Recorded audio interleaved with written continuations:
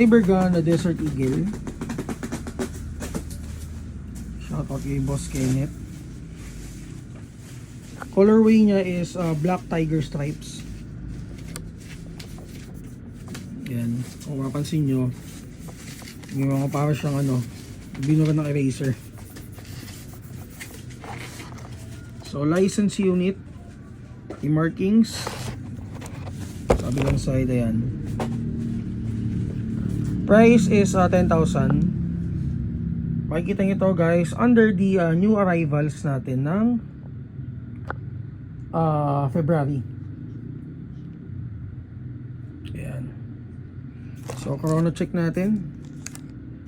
So ito yung selector nya, safety sa baba, then yung firing mode nya is nasa taas.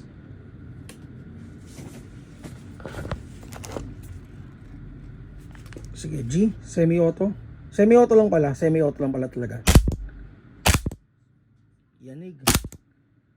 So FPS nasa 370.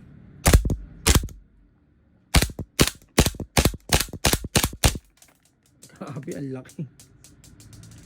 So for details, mag-PM kayo sa page natin, Mavs Hobby PH. Thank you kay boss.